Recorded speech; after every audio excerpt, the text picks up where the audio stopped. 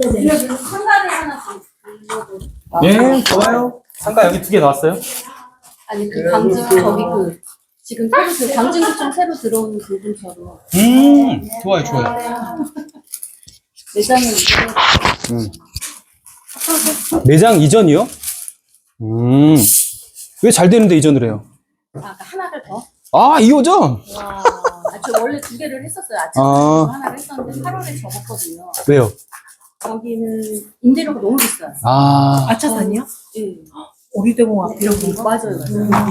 5호선 아차산 거기 임대료가 700이 넘어요.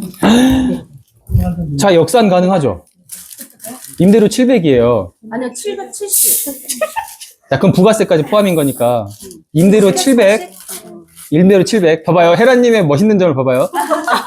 임대료 700이니까 그 상가는 얼마 주고 사면 돼요? 우리 10% 수익만 냅시다. 자양동이니까. 여기 이자가 10% 이자가 몇? 저 그거 계산 진짜 되게 오래됐는데. 오랫동안. 역산하는 거. 네. 10% 내면은 630만 원 대출이면 돼요. 근데 630 대출이면 네네네. 630 대출이면은 보통 한 300 정도를 이자금으로 낸다 쳤을 때 6억 선 잡으시면 되거든요, 보통. 그러니까 이자가 600 넘어가니까 네. 얘는 한 12억 선 대출이 나오는 거예요. 네. 그러면 12억 선 대출이 나오면은 대략적으로 한 15억에서 18억 정도 상가를 사면은 이건 대출 규모에 따라 달라지는 거긴 하지만 10% 수익률이 나와요. 그러면 그 상가는 서울 자양동 기준으로는 10% 수익을 내는 거 경매가 아니면 그런 건 없기 때문에 5% 이하로 보통 제한을 하니까 거기는 20억 넘는 상가라고 보시면 되는 거예요. 그러니까 거기가 분양이 17억이었어요. 지금 20억 넘어가는 게 맞죠. 그러니까. 그러면 저러면 뭐까지 할 수 있냐면 분양이 17억이었다라고 한다면 분양 17억일 때보다 지금이 임대료가 오른 거예요. 많이. 이해되시죠? 미용님 오셨습니다. 어서오세요. 왜 축제를 열었어요? 또 가져오셨다. 고래예요? 저 와. 아, 집들이 선물, 집들이 선물. 그러니까요. 어머머머. 불러지지 않은 어떤 개인적 사유가 있을 것 같아가지고 제가 묻진 않았습니다만. 이쪽으로 오시죠.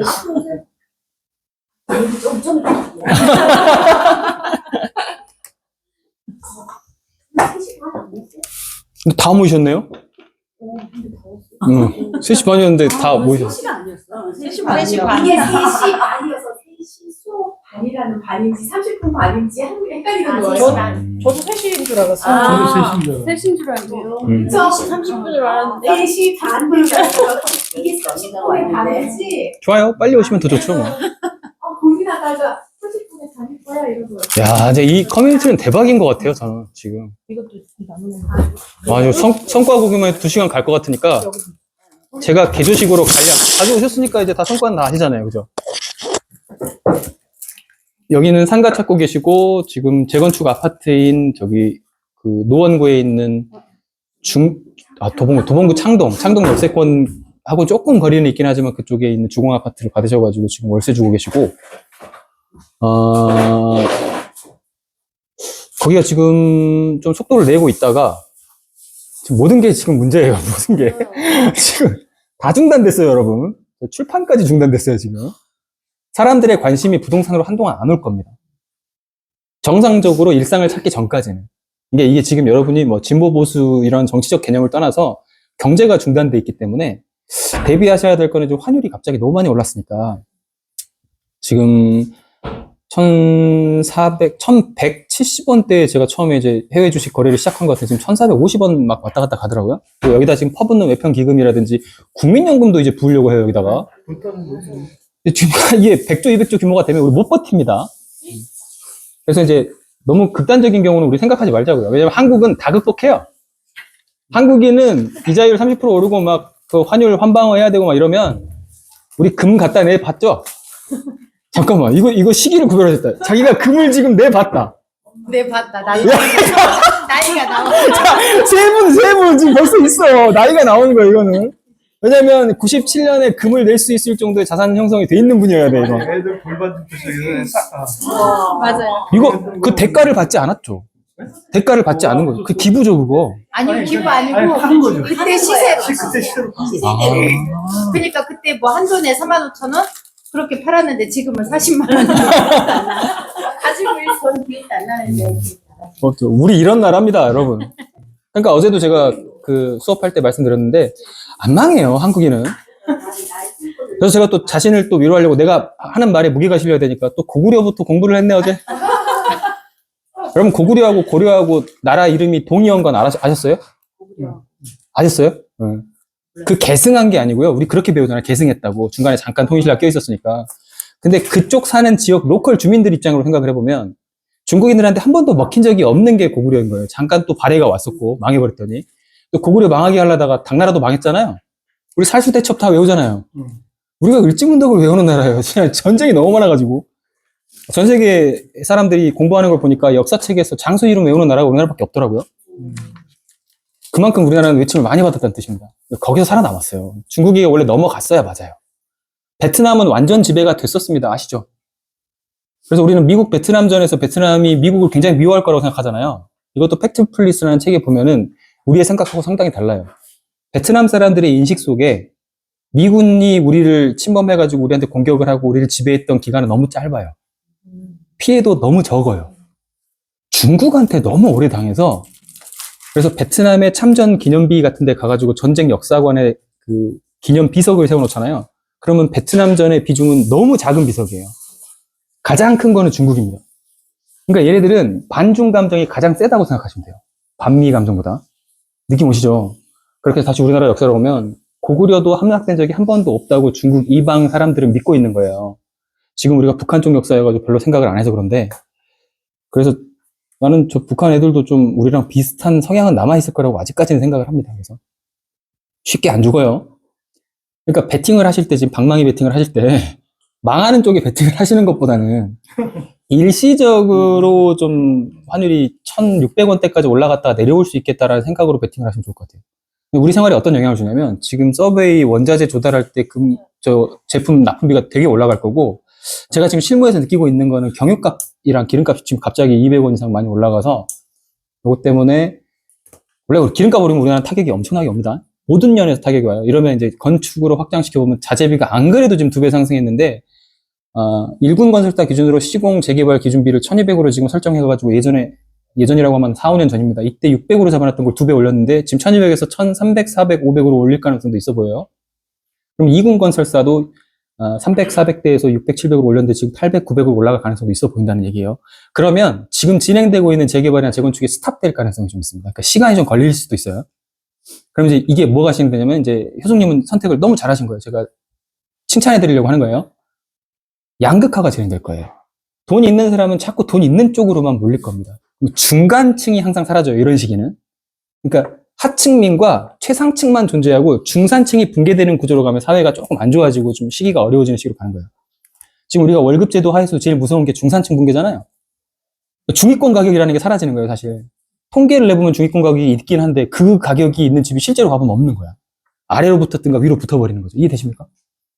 그러니까 지금 우리는 서울 평균가 중위가격 거래 가격이 10억이다 이렇게 발표를 하면 10억 갖고 가면 중위권 있는 컨디션의 아파트를 우리가 살 수 있다라는 개념으로 생각하시면 안 돼요.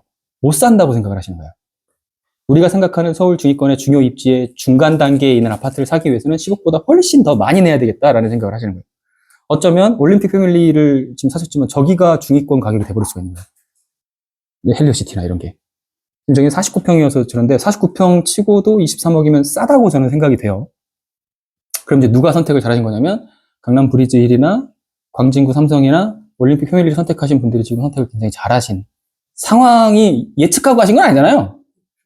세상이 이런 거예요. 예측하고 하는 건 없어요. 했는데 그냥 잘 된 거지. 그럼 뭘 잘못하셨냐? 지방의 미분양난 물건들이나 빌라 구축이라든지 아니면 재개발 3천, 4천, 2천 이런 거 하고 갭하고 싶으신 분들이나 공동지분으로 투자해갖고 냈던 것도 저도 일말의 책임이 있습니다. 부산태화랑 지금 농공이 안 팔리고 있으니까. 이런 데는 거래가 0이에요. 이제 제로가 되는 거예요. 제로. 물론 이제 부산재건축은 워낙 덩어리가 커가지고 연락이 오고 있는데 여기는 이제 법적 문제만 제가 해결을 하면 돼요. 그래서 지금 소송을 진행을 하려고 하고 있는데 그러려고 지금 제가 지분을 다 가져오고 있어요. 그러니까 저랑 하는 아파트 봉투가 조금 안전한 이유는 그냥 제가 시간이 가면 다 가져오게 돼 있으니까 그렇게 그런 것 같기도 하고. 그런 걸 알고 오시는 건지, 뭐, 자꾸 팔아달라고, 사달라고 하시는 분들이 많아져가지고. 그래서 지금 저도 현금 여유가 좀 없는 편이고, 너무 아쉬워요. 이렇게 현금 여유가 있으면 좋은 점은 1월부터 지금 올해 6월까지는 저는 해결된다고 봅니다. 벚꽃 대선이라고 하는데, 뭐, 대선 이후에 빠른 시기 내에 해결이 될 거라고 저는 생각을 해요. 다만, 대비해야 될 거는 여러 채를 다주택 포지션으로 보유하셨던 분들의 지금 매도 전략을 6월 이후에 출고 고려하셔야 돼요. 네. 높일 가능성이 되게 높은데 이게 입법이 2번 열리잖아요, 정기국회가.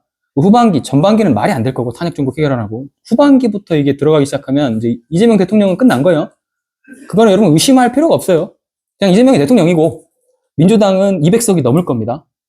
뭐, 지금 과감하게 예측을 해보겠습니다만, 정치 예측 전문가는 아니지만, 그렇단 가정하에 우리 부동산 대비를 해야 돼요. 근데 그 반대인 보수 정권을 우리가 잡아줘야 된다. 이거는 말이 좀 안 되면 구구적으로 흘러버렸기 때문에 얘들 말고 다른 애들이 나올 거예요. 이거는 숙성되는데 시간이 걸릴 거예요. 그러면 이제 대선과 다음 총선은 넘겨줘야 된다는 얘기고, 그러면 그동안의 부동산 고려 정책은 명의를 달리해 가시는 걸로 가시거나 일단은 이재명 보니까 명의 달리해 가는 것도 어떻게 전수조사를 해가지고 잡아 죽이겠다는 얘기를 하는 것 같던데. 이것도 좀 리스크가 있는데, 이러면 정권을 다시 넘겨줘야 될 거기 때문에 되게 힘들긴 할 것 같고. 네. 윤석열 된 이유를 잘 생각해 보세요. 문재인 때 28번을 해서 그런 겁니다. 28번까지 안 했으면은 그런 일은 없어요. 4년 그 임대사업자 그대로 남겨놓고 소급 적용 안 하고 법을 지켰으면 그걸 계속 유지해 간다는 포지션만 다주택자한테 줬어도 이렇게 난리 안 나요. 그러니까 원칙을 지켜야 되는데, 지금 일단 이쪽 윤석열 쪽에서는 원칙을 안 지키고 지들이 실패했기 때문에 모두 괴음이 확 죽으려고 진짜. 와 씨, 자다가 빡쳐가지고 진짜 우리 딸이 군인한테 마저 되는 거야? 이런 세상을 만들기만 해봐. 군인 제가 되게 싫어해요. 그러니까 제가 광주 쪽에서 어린 시절 좀 보내서 그런지 모르겠는데, 저 아래쪽에서 보내서 그런지 모르겠는데, 앞집 걸로 옆집 한 집은 다 피해자가 다 있었어요. 근데 그 사람들이 말을 못했어요. 말 꺼내면 전부 다 빨갱이라고 그랬기 때문에. 연좌제 같은 것도 있었고, 그리고 사관학교에서는 그쪽 지역 학생들을 비교적 최근까지 받지 않았습니다. 제가 고2, 고3 때 연좌제 해지됐으니까 오래 안 돼요. IMF 직전에 해지된 거예요. 20년이 안 됐어요. 23년 정도밖에 안 됐습니다. 그래서 지금 이제 어떤 상황으로 올라갈지는 잘 모르겠으나, 이쪽은 일단 안 돼. 대비는 양극화에 대비해야 돼. 그 다음에 양극화 대비할 때 여유가 있으신 분들은 아래쪽보다는 위쪽으로 뛰어 드셔야 됩니다. 여유가 안 되는 사람은 그냥 홀딩 포지션입니다. 가만히 있으세요. 언제까지 괜찮을 것 같냐면, 입법화된 거를 다시 고치긴 굉장히 어렵기 때문에 2주택까지는 괜찮을 것 같아요. 안전해요. 근데 여러분들 수험생 입장에서는 큰 고려를 하실 필요 없는 게, 2주택 넘는 분들이 많지 않으셨어요, 항상 보면. 그러면 2주택은 자기가 할 수 있는 포지션 내에서 최선의 것을 하셔야 돼요. 안 하셨으면 지금 현금 가용 자금을 다 모아서 이 박에 세일 6개월 기간 내에 하나를 마련하시는 거고, 그게 꼭 강남이 아니어도 됩니다. 자기 사는 지역에서 대장이면 돼요. 자기 사는 지역에서 대장이 안 된다. 자기 사는 옆 지역 대장이면 돼요. 팔리기만 하는 거면 됩니다. 기준은 입지 분석, 가격 가치 아무것도 필요 없어요. 거래량만 보세요. 사는 사람이 매달 5명 이상 계속 나타나주는 1000세대 이상의 단지는, 그거는 떨어질 수가 없어요. 가격 가치 자체가. 가치가 높은 거예요, 그거는. 아시겠죠? 그래서 이렇게 방향 수정 약간 해 가시고, 곁다리로 계속 부동산에서 어떤 몸을 담그고 가셔야 될 것들은 이제 공투 형식으로 해결을 하셔야 될 것 같아요. 제가 공투는 부정적인 존재였던 거 아시죠? 공투 하지 마. 그거 돈 안 돼. 항상 이렇게 주장했습니다, 저는. 말씀드렸죠? 할 거면 그냥 술 한 번 먹고 잊어버리는 돈만 해. 였어요. 제 포지션입니다. 그런데 명의가 있는데 돈은 없는 사람과, 돈은 있는데 명의가 없는 사람의 이 경험이 합쳐질 필요가 있는 시기가 올 것도 같아요. 맞죠? 왜냐면 너무 탄압이 심할 거기 때문에 이런 식으로 우회 기동을 하셔야 돼요. 이러면은 커뮤니티가 굉장히 단단하고 좋아야 돼요. 그래서 여러분 중에서 12개월 이상, 24개월 이상이 나오기 전까지는 저는 그런 거를 주도할 생각이 전혀 없어요. 저도 여러분을 못 믿지만 여러분도 여러분 스스로를 못 믿고 있기 때문에 자기에 대한 믿음이 그렇게 꾸준히 지속되어 온 시간이 보통 자기를 만들어요. 지금 형성되신 분도 있거든요. 제가 보기 효수님 형성됐어요. 미용님도 확실히 형성됐어요. 이렇게 빨리 되시는 분들도 있는데 이런 인원 정도로는 부족해요. 최소한 30명 이상이 돼가지고 여론이 형성될 정도가 돼야 되고, 그분들끼리는 계좌이체를 왔다 갔다 해도 전혀 어떤 꺼리낌도 없을 정도의 신뢰가 있어야 됩니다. 그러니까 용쌤하고 제가 계속 같이 가고 막 이렇게 어부라는 사람 여러분 보지 못했지만 언젠가 보게 될 겁니다. 같이 가는 이유 중에 하나가 그런 거예요. 너무 투명해요. 서로가 얼마 정도의 가치를 가지고 있고 자산이 있고 현금이 있는 걸 다 알고 그리고 일이 생겼을 때 서로를 얼마든지 찾아볼 수 있는 지식이 있다는 것도 알아요. 그래서 여러분은 민사에 걸쳐서 세상이 좀 흉흉해질 가능성도 좀 높기 때문에 형사 지식도 좀 아셔야 돼요. 지금 태웅님한테는 형사소속장을 보내드렸는데 지금 이 건물을 해결하는 게 형사소장이 들어간 거예요. 이것까지 제일 가까이 오신 분은 헤라님이에요. 헤라님은 형사 직전까지 갈 뻔했어요. 도락 비번 한 개 안 바꾼 거에 파급 효과입니다. 이게 나비 효과예요. 힘들게 4명 다 내보내놓고 다시 사람을 집어넣은 거니까. 그러니까 지금 돌이켜보면 그런 거죠. 그땐 그 생각을 못했죠. 왜냐하면 그땐 착했거든. 아, 이거 내가 지금 단어 잡기 시작하는 거야? 이 단어 잡기 시작하면 이게 또 정치가 되는 거예요, 이거. 그때? 울컥했네, 이거. 지금은, 착하다는 개념을 조금만 우회하자면 지금은 지식이 생긴 거예요. 점유라는 거의 법적 용어가 주는 실질적 효력과 실무적인 가치가 얼마나 큰지를 이 사람은 뼈에 새겼기 때문에 여러분들은 간접 경험이지만 이분은 다시는 그런 짓을 안 할 겁니다. 어떻게든 점유만 뺐으면 그냥 문부터 잠그고 볼 거예요, 이제. 왜냐면 내 거니까. 우리도 그럴 것 같아요. 여러 명 살리셨어요. 큰일 하셨습니다. 큰일 하셨어요, 이제. 그러니까 예쁘고 아름답게 명도하는 지혜님 같은 케이스만 있는 건 아니라는 얘기예요. 제가 본 케이스 중에 가장 어려운 난도에 가까워요. 왜냐면 전문가들도 잘 안 들어가요. 일단 노스 사우스 캐롤라이나 뭐 이런 거 나와 있으면 외교부를 통해서 송달해야 되겠구만 보통 이런 생각을 하기 때문에 외교부 송달을 안 해보신 분들은 이게 얼마나 어려운지를 잘 모르시고요. 근데 덕분에 부당이득 소송 있잖아요. 그거 공지송달 끝났어요. 송달 단주로 처리가 됐구만요. 특정할 수 없으니까 위치 자체를. 소액이라서 그런지는 모르겠는데 일단 말소자 해가지고 했더니 바로 공시송달이 그러면 잠깐만 배당이 아직 진행되는 전인가요? 아직 다 됐어요. 아 배당 전이면 배당금에도 압류 걸 수 있는데 배당금 압류가 안 되니까 이제는 그럼 더 새로운 걸 많이 해볼 수 있겠네요. 자 다음 단계 얘기 드릴게요. 은행 통장 압류를 시중은행 5개 다 걸 수 있어요. 메인 은행에다가 사실조회 확인 신청서도 다 할 수 있고요. 그 다음에 어차피 그 돈으로 어디까지 가보시냐면 이거의 끝 단계는 그 사람 끝까지 발뺌을 하면 어디까지 가냐면 채무불이행자 등록이라는 엄청난 제도가 있습니다. 채무불이행자로 등록이 되면 이분은 국내에서 사는 건 어려워요. 통장도 새마을금고밖에 안 되기 때문에 새마을금고는 왜 가능하냐? 지점별로 금고가 있는 곳입니다. 새마을금고. 그래서 뒤가 은행이 아니라 금고예요. 그래서 송파 새마을금고와 옆에 넘어간 문정 새마을금고는 별도 시스템을 사용해요. 그래서 얼마나 한국 사람이 머리가 좋냐면 여기서 그날 대출을 받은 다음에 어차피 전산 반영은 내일부터일 거 아닙니까? 영등포 새마을금고에 가서도 똑같은 금액의 대출을 받아요. 그래서 2배 대출을 받았죠. 그러고 파산할 준비를 하시면 되는 거예요. 근데 물론 그 돈을 어디로 딱 빼돌려 두셔야 되겠지, 명의를.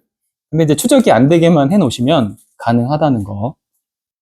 그리고 우리나라는 여러분한테 기회를 딱 한 번 줍니다. 6억 이하의 돈은 회생이라는 제도로 한 번 살아날 수 있는 기회를 주고요. 6억 이상의 돈, 지금처럼 25억, 25억을 대출받다. 이러면 파산이라는 제도로 딱 한 번 면책할 수 있는 한 번의 기회를 줘요. 민법적으로 한 번 살려줍니다. 그러니까 여러분, 너무나 빚이 많이 쪼달리고 너무 힘든 상황 속에 혹여나 가시거든 한국에 태어난 걸 감사하시면서 파산 면책 제도를 활용하시기를 적극적으로 강추드리고요. 짜잘하게 회생 쓰지 마시고 대출할 거면 그냥 10억 이상 빌려가지고 너무 모럴 해줬던데 이거 인터넷에 올려야 되는데 실제 활용하시는 분들을 봤냐? 예, 봤습니다. 주변에 있고요. 그걸 제가 돕지는 못했어요. 그걸 돕는 거는 좀 마음에 좀 그렇더라고요. 근데 이제 그런 제도가 있다고 이렇게 안내를 했습니다. 그럼 이제 여러분이 이 아이디어만 알면 아시죠? 찾아보는 건 어려운 일이 아니라는 거. 변호사, 법무사, 파산 전문으로 하신 분 한 번만 찾아가면 끝나는 거예요, 이거는. 그 사람이 다 알아서 해줍니다. 그리고 이게 불법이에요? 몰라서 안 한 것일 뿐 합법입니다. 합법이기 때문에 이걸 이용해서 호스트가 있고 점조직으로 운영되는 만세 부르는 사람 모집 같은 걸 해요. 이것까지는 이 세상을 알려드려야 되나 말아야 되나. 세상인지 모르겠어. 모르면 당할 특히 인천 지역에 많은데 인천 사시는 분들 되게 막 하지 마세요. 왜 인천지역에 왔냐면 자기 삶을 크게 잘 될 거라고 생각하지 않고 포기해 버리시는 분들이 꽤 있어요. 특히 도박과 좀 연관이 많이 닿아 있습니다. 알코올 중독과 도박이 좀 많이 닿아 있어요. 그런 사람들을 인터넷으로 모으는 사람도 옛날에 있었는데 그거면 거의 신고당하고 막 이러니까 아는 사람, 지인이나 이런 사람들을 통해서 그런 사람들 모아요. 특히 노숙자 같은 쪽에 이런 군단들이 좀 많이 가 있습니다. 그러면 그분들을 통해서 가능한 사채 대출이든 새마을금고든 남아있는 신용에 통해서 전부 다 대출을 받아서 끌고 그 사람한테다가 내가 던질고 파산시킬 빌라나 그런 것들의 어떤 아파트 같은 것들의 소유권을 다 이렇게 하나씩 넘겨주는 거예요. 특히 상가의 경우가 그런 게 많고 아파트는 청산 가치가 더 높기 때문에 안 그런 경우가 많은 거고 그런 게 경매로 넘어오면서 그런 사람들을 파산 면책시켜주는 제도로 전환을 해주고 그 사람들이 대출을 일으켰던 돈이 사라진 그 현금 차익을 가져가는 중간에 호스트가 있어요. 그러면서 20% 30% 떼주겠죠. 이게 사업 구상이 머릿속에 되시죠? 사업은 아닙니다. 사실은 사업은 아니고 이건 범죄지 범죄. 그런 사람들이 있다는 거예요. 있다는 거. 이거에 비슷한 형태가 여러분이 빌라를 1000채 2000채씩 하는 빌라왕 사기단 이런 게 이런 식으로 많이 운영이 되는 겁니다. 그래서 소유주를 찾아가서 깍 하면 얘는 아무것도 몰라요. 윤석열이에요 완전히. 몰라요. 안 그랬어요. 뭐 이런 거예요. 그러고 실체는 뒤에 있죠. 근데 이 사람의 명의는 아니죠. 그런 사람들을 1000명 아니어도 돼요. 한 명이 10개씩 하면 됩니다. 그러면 1000채를 하려면 100명 필요한 거고요. 한 명한테다가 20개씩 맡길 거면 50명만 있으면 돼요. 많이 퍼지지 않으니까 전조직 50명만 갖고 있는 사람은 1000채를 이런 식으로 전세금을 후려칠 수 있습니다. 그럼 이거 해결을 누가 하느냐? 또 정부가 나섭니다. 시스템이 잘 갖춰져 있기 때문에 전세 사기 특별 보호법 이런 걸 만들어서 구제를 해주고 거기에 세금을 투입합니다. 그럼 그 세금이 사실상 결과치 값으로 갑시다. 어디로 흘러 들어갔나요? 뒤에 보이지 않는 사기꾼한테 흘러갔죠. 뭔 느낌인지 아시겠죠? 그리고 피해는 금융권과 나라가 나눠 가진 거예요. 맞죠? 그걸 여러분이 화면으로 봐요. 어디 떠 있어요? 허그 보증공사의 대학력 포기 물건 이런 걸로 보는 겁니다. 느낌 아시겠죠? 다 그렇다는 거 아니에요. 그래서 허그 대학력 포기 물건 보고 여기 임차 우와 얘 이거 만세 부는 새끼인데 이거 아니에요. 그런 거 아니고 그런 경우도 있다는 거예요. 있다. 알겠죠? 그러니까 여러분들이 지식이 시스템에서 밝아지시고 거래를 여러 번 하면서 저는 특히 성유님이 좀 빨리 가시는 것 같은 느낌이 드는데 MPL 회사를 찾아갔어요. 난 저런 실행력과 주도적 추진력은 처음 봤어요. 여러분 MPL 회사 찾아갈 생각 해봤어요? 요즘에 되게 광고가 많이 떴어요. 그거는 이제 강의인 거고 네, 맞아요. 경매에서 물건을 봤는데 얘가 MPL 물건이 근저당 거래로 넘어온 거예요. 근데 그 회사 이름을 보고 거기를 찾아갈 생각을 하는 사람이 많진 않잖아요. 나를 보는 것 같아. 나를 보고. 난 찾아가 보거든. 근데 MPL 회사를 가가지고 책상 하나 비워달라 그랬대. 얼굴 만져도 되니까. 아니 너무 이건 파격적이잖아요 이거. 제안을 수락할 수도 있을 것 같아. 그래서 가서 한두 달 경험해보고 오시면 근저당 거래하시는 거에 대해서 좀 감이 익혀주실 거고 거기에서 근저당이 어디서 넘어가서 어디로 가는지만 보면 유통 경로라는 걸 파악하는 게 되는 거거든요. 그러면 또 다른 시장이 하나씩 열릴 거예요. 근데 이제 여기서 이제 제가 왜 선생님 안 하세요라고 물어보면 이게 대부업이기 때문에 어떻게 보면 이렇게 덕을 쌓기보다는 업을 쌓는 거에서 이게 딸을 나중에 보기가 불편하지 않을까. 아빠 직업 뭐야? 사채업자요. 이게 좀 이상하지 않나. 그런 생각이 좀 들긴 해요. 그래서 아직까지는 정상적인 범주 내에서 하이리스크한 건 다루지 않고 있는데 NPL도 충분히 근저당 거래를 하면서 대출이 시중은행에서 나오지 않는 사람들을 대상으로, 즉 우리가 지금 아까 카테고리에 넣었던 만세 부를 수 있는, 언제나 만세를 부를 준비가 되어 있는 사람들을 대상으로 고리, 여기서 고리라 하면 30% 40% 이자까지도 해당됩니다. 안녕하세요. 그런 분들에게 이자를 받다가 못 받는 부동산을 회수해 오는 구조인데 부동산을 등기쳐 오는 게 아니고 그 사람의 근저당을 가져오는 구조로 되는 겁니다. 그거는 랩인데 조그만 건데 드셔도 돼요. 그래서 근저당 할인 거래 같은 것들이 이루어진단 말이에요. 작은 거. 지금 막 오신 지리성 건부님에 대해서 이제 소개를 약간만 드리자면, 저분은 힘숨찐, 드러나지 않게 뭐 사례를 말씀해 주신 적도 없으시거든요. 근데 작년에 벌써 양도소득세를 45% 구간을 내는 거를 했다면 합산과세니까 두 채를 팔았다 쳤을 때 두 채의 차익이 2억 이상 났다는 얘기입니다. 그러니까 저한테 얘기하실 때는 조심하셔야 돼요. 다 알아요. 금액만 물으면 다 알아. 퍼센트만 불러봐. 다 알아요. 다 알아. 만약에 저분이 6% 같은데 막 이랬으면 1,000만 원 이하 소득이 낮군요. 이렇게 생각할 텐데 지금 다주택자 종부세라든 다주택자 중과 완화 기간이기 때문에 그냥 일반 세율대로 낸단 말이에요. 2억 이상 나야 45%란 말이죠. 절반 이상 내셨으면은 아무도 몰랐지만 챌린지를 저렇게 오래 해가시는 과정 속에 저렇게 샤이하신 분이 벌써 작년에 2억 이상 차익을 주택 2개로 내신 겁니다. 박수 한번 칠까요? 아유, 부끄럽게 해드려서 너무 죄송한데, 이거. 저는 이게 챌린지의 힘 같아요, 그냥. 그래서 여러분 계속 챌린지의 힘 같다고요, 저는 이게. 그래서 여러분이 이게 계속 이렇게 모여가지고, 한 달에 한 번씩 모이는 것도 저는 되게 클 것 같은데, 얼굴들이 지금 비슷하죠, 다. 그런 느낌이 안 들어요? 네 달 정도 와보면, 비슷한 사람들이 계속 한두 분 추가되긴 하는데, 다 똑같은 사람들. 난 지금 여기 계속 보는 것 같아요. 계속 보고, 지르던 건물도 중간에 잠깐 쉬긴 했지만 계속 봤고, 성혜님하고 성희님이 이제 신성으로 나타난 거예요. 신성으로 나타났으면 계속 하고 있는 거예요, 지금. 선홍님도 그렇고, 선홍님은 시작하시기로 한 뒤로 지금까지 한 번도, 그리고 여러분들 대다수처럼 이렇게 23시 이후에 안 하시더라고요. 초반에 아침에 올라오시는 분들이 보통 어떻게 그럴 수 있는지가 궁금하고. 저는 잠을 일찍 자서 10시 되면 자야 돼요. 아침잠이. 저녁잠이 많고 초저녁잠. 저건 되게 좋은 습관이잖아요. 이거 자기 개발에서 다 책에 1번으로 나오는. 미라클 모닝을 하고 있습니다. 다 대단하신 분들이에요. 저분도 지금 이제 드러낼 수 없는 이제 공직 생활을 하고 계셔가지고 그런데 굉장히 좀 많이 성취를 이루신 분이에요. 그러니까 여러분이 지금 어떤 성취든 간에 조금씩 이루어 가시는 것들을 공유할 수 있는 공동체가 하나씩 생기셨다고 생각을 하면 되고, 저는 그래서 제가 제일 기뻐요, 사실은. 왜냐면, 호스트잖아요, 제가 여기 딱 있음으로 인해서 사실상 이렇게 모여주신 것이기도 해서, 와, 이것만으로도 되게 감격이 되게 크고, 벌써 8개월째 지났는데, 한 번도 안 빼주신 분도 옆에 있으시고, 처음에 위원님 왔을 때는, 처음 이야기 꺼내니까 너무 좀 오래전이네요.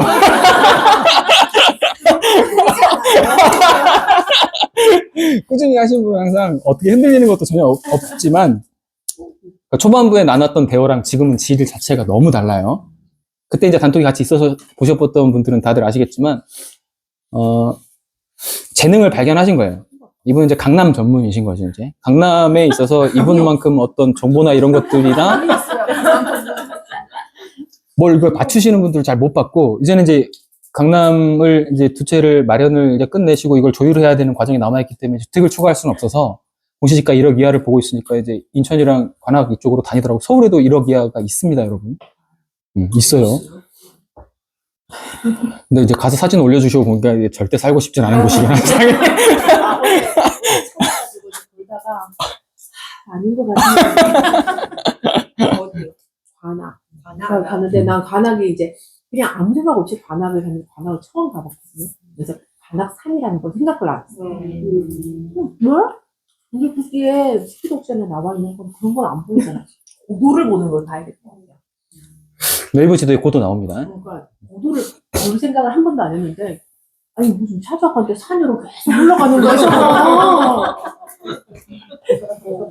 관악의 정점으로 하나 남은 지역이 난곡입니다. 그래서 여러분이 보고 싶으시면 난곡동을 한번 가보시는 것도 괜찮을 것 같아요. 그러니까 서울에서 가장 싼 빌라촌이 하나 남아있다라고 보면 난곡인 것 같고요. 거기는 지하철 이슈 때문에 지금 계속 말은 많은데 10년째 그대로 해요. 근데 도로는 성남까지 이어간 도로는 위에 뚫리고 있고 막 그렇습니다. 그래서 서울에서 버스 종점이 있는 동네이기도 하고 유일하게. 버스 종점이 그냥 난곡동에 있어요. 그래서 이거는 옮기는 이슈도 있을 거고, 그럼 그 땅이 빈 땅이 되죠. 그러면 또 어떤 기회들이 또 창출될 수 있는 영역이 또 있기 때문에 지금은 안 좋습니다. 재개발 투자의 기본은 지금 절대 살고 싶지 않아야 돼요. 봤을 때. 눈으로 봤을 때 나 아닌 다른 사람도 여기 들어와서 살면 안 되겠다라는 생각이 들어야 돼요. 그런 데를 사셔야 됩니다. 동네 자체도 아니고 길 중심으로 보셔야 돼요. 길에 소방차가 못 올라가는 곳을 먼저 개발합니다. 서울은 그렇게 확정되어 있어요. 다른 지역도 마찬가지인데 다른 지역은 애초에 이렇게 집합되어서 지어져 있지가 않기 때문에 소방차는 어디든 다 들어가요. 웬만한 데는. 그래서 달동네라는 개념이 서울에만 있는 거 아시죠? 그러니까 평지에서 살 수 없는 사람들이 쫓겨나서 움막을 짓고 난쟁이가 쏘아 올린 공을 찍었던 그 7, 80년대에 생겼던 곳들이에요. 거기 중에 여러분이 제일 비싸진 곳을 보자면 한남동입니다. 그 한남동 산에 소방차가 올라갈 수 있나요? 소방인도 못 올라가요. 소방사도. 안 가보셨구나. 서울에서 유일하게 월세 30만 원만 살 수 있는 곳이었어요, 여기가. 뷰도 좋아요. 다만 이제 다리가 아프죠. 굉장히 많이 등산을 하고 올라가야 됩니다. 그런데 과학기술이 접목되면 그런 것에 층계를 내서, 제가 성남에서 설명드렸죠? 성남 인천 가신 분들은 층계를 내서 지하주차장을 팔 필요가 없는 좋은 구조가 됩니다. 다시, 지하주차장은 1층 파는데 비용이 위에 올리는 비용의 3배 들어가는 건 아시죠? 그러니까 위에 한 층 올리는 게 1억이면 한 층 파는 건 3억이 들어요. 그래서 여러분이 웬만한 고급 주거단지에 가면 위에는 으리으리한데 지하주차장 안 팝니다. 그죠? 그래서 아파트 신축이 엘리베이터가 지하주차장과 연결이 되어 있다는 건 그만큼의 돈을 더 썼다는 얘기예요. 건축비가 비싸다는 얘기예요. 그래서 LH, SH 가면 2010년 이후라도 혹은 이전이라도 연결이 안 된 데가 많아요. 그것 자체가 돈이기 때문에. 이해되시죠? 자, 그럼 이제 돌아와 봅시다. 고도가 이렇게 경사면이 되어 있으면 이쪽을 절편으로 깎아요. 그러면 지하를 굳이 팔 필요가 없이 여기 남들이 보기엔 여기가 그냥 1층, 2층 공간인데 여기가 지하 주차장이에요. 얘들 사람들이 살 때는. 왜냐면 가장 넓은 평지를 갖고 있는 곳을 깎아서 평지로만 만들면 거기에다가 대다수의 아파트를 올리고 그 밑으로는 원래 있었던 땅인데 지하처럼 만들면 되는 겁니다. 이 공법을 구성남에 쓸 거고 산성포레스트가 그렇게 돼 있고요. 산성자이 그렇게 돼 있습니다. 이걸 그대로 용산 가져왔어요. 그래서 용산 청파가 그렇게 될 거예요.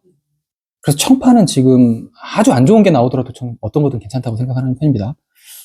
그러고 난 다음에 이제 옮겨가면 이제 관악이 남아요. 관악산이기 때문에 산세가, 혹시 이게 풍수지리를 보시는 분들은 관악산의 산세가 엄청 안 좋다는 건 아시죠? 서울대 잘못 옮겼다는 얘기 원래 나오잖아요. 서울대 원래 어디 있었죠? 해화동. 네, 해화동 마로니에 공원에 있는 거예요. 서울대 병원 아직도 그래서 거기 있어요. 거기는 엄청 좋은 명당이에요, 명당. 그러니까 당연히 명당인데 이걸 왜 뜯어서 가장 음기가 센 그쪽으로 옮겼냐. 그래서 내란 학과가 생긴 건가 싶기도 하고. 그래서 되게 그쪽이 산세가 험하다는 것만 알아두고 계시면 되고, 그래서인지 몰라도 공법이 이렇게 발달을 해버리면 난곡 같은 것도 재개발로서 가능성이 있는 지역이 돼버리는 거예요. 옛날에는 불가능한데. 느낌 아시겠죠? 이건 어딜 가면 킵업을 하실 수 있냐면, 저랑 같이 가지 않으시더라도 공법을 참관하기 위해서라도 구성남 지역의 산성 1구역, 산성 2구역을 가보세요. 그러면 북한 산성 올라가는 오르막 산자락에 깎아갖고 절편단지를 어떻게 만들었는지를 알 수 있게 됩니다. 바로 옆은 포레스티아가 있고요. 바로 밑은 산성자이가 있어요. 거기가 전부 다 구릉지예요. 싹 다. 그런데 마치 거기 사는 사람들은 평지라고 느끼게끔 만들어놨어요. 우리는 도로를 가면서는 이렇게 가는데 아파트 사는 사람들은 이걸 못 느낍니다. 그거에서 공법을 좀 많이 보시면 이게 건축비 절감 효과도 있습니다. 또 지하를 파는 것보다 돈 적게 들기 때문에. 그래서 그런 걸 많이 보시면서 야, 그러면 이런 지역도 이렇게 바뀔 수 있어? 라는 생각을, 제 생각에는 현대 과학기술, 건축과학기술의 가장 큰 실험대는 구성남 지역인 것 같아요. 가장 심각한 곳은 상대원 쪽인데, 즉 산업단지 있는 쪽이 스키 슬로프를 만들 정도의 경사면이 도로예요. 그러니까 거기가 어떻게 빠지는지 나중에, 거기 1만 5천 세대가 이상이 들어오는데, 먼저 볼 수 있는 곳은 군강 2구역 같은 데입니다. 상대원 2구역도 먼저 시작이 됐고요. 그쪽 가고 아파트 댄데를 먼저 보시면, 저게 저렇게 만들어져? 요 감을 조금만 잡으셨으면 좋겠어요.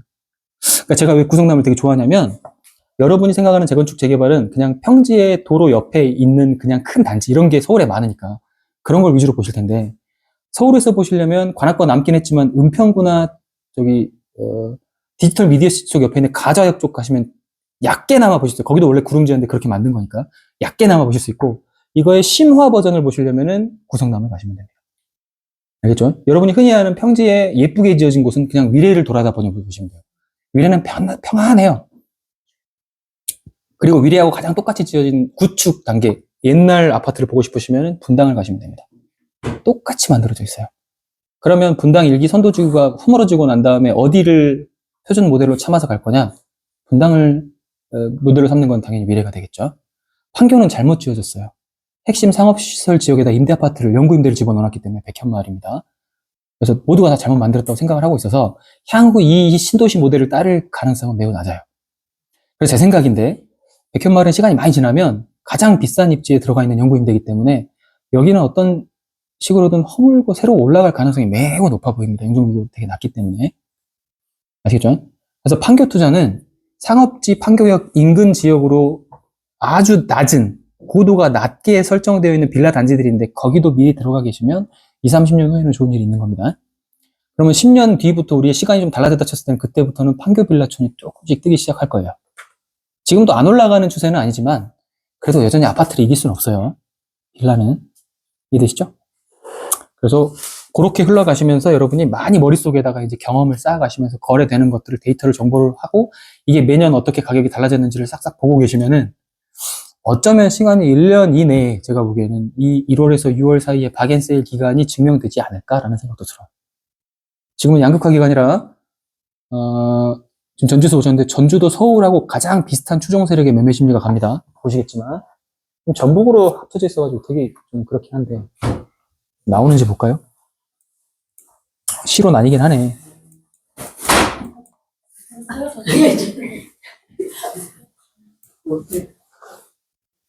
전주 보이시죠? 전주 완주 모두 다 41 정도 가고 있죠, 지금. 이제 매매 심리가 꺾였다고 보이세요? 안 꺾였다고 보이세요? 이 정도면. 꺾였다고 보이세요? 안 꺾였다고? 그래프로 보여드릴까요? 꺾였나요? 올라가고 있는. 그죠? 그러니까 이 전주 심리가 굉장히 서울하고 비슷하게 간다고 생각하시면 되고, 그래서 지금 전주는 시장이 그래도 작년보다 좋은 편이라고 생각하시면 됩니다. 1년 내에 굉장히 많이 회복했어요. 이건 제가 증명할 수 있습니다. 제가 판 이후로 1억이 전혀 올랐어요. 제가 인간지표입니다. 제가 우리 엄마 인간지표라고 생각하는 거 아시죠? 우리 엄마가 사면 떨어져요. 지금 엄마가 아파트 사자는 얘기를 안 해요. 괜찮아요.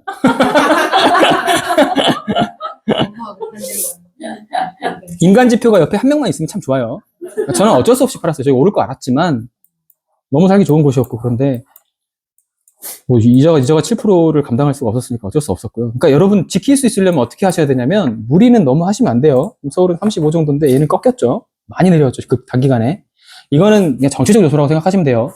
저 정도 급경사의 기울기는 지금 거의 80선에서 지금 40으로 반토막 나서 내려온 거기 때문에 이게 뭐 이런 곡선에 이런 게 아니잖아요. 이렇게 돼 있잖아. 그러면 이거는 계엄하고 연관이 있다고 봐야 되는 거예요.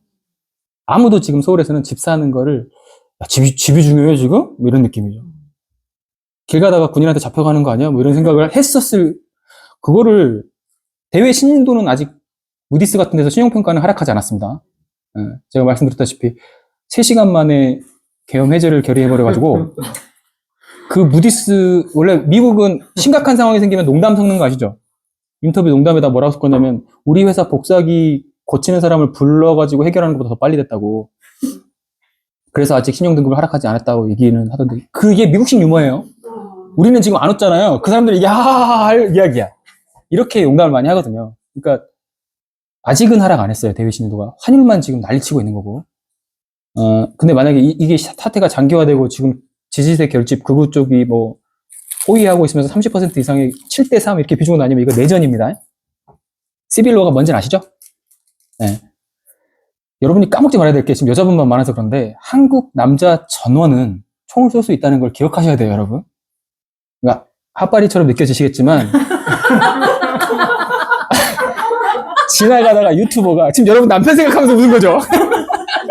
한때 그랬다고? 뭐 이렇게 생각하면서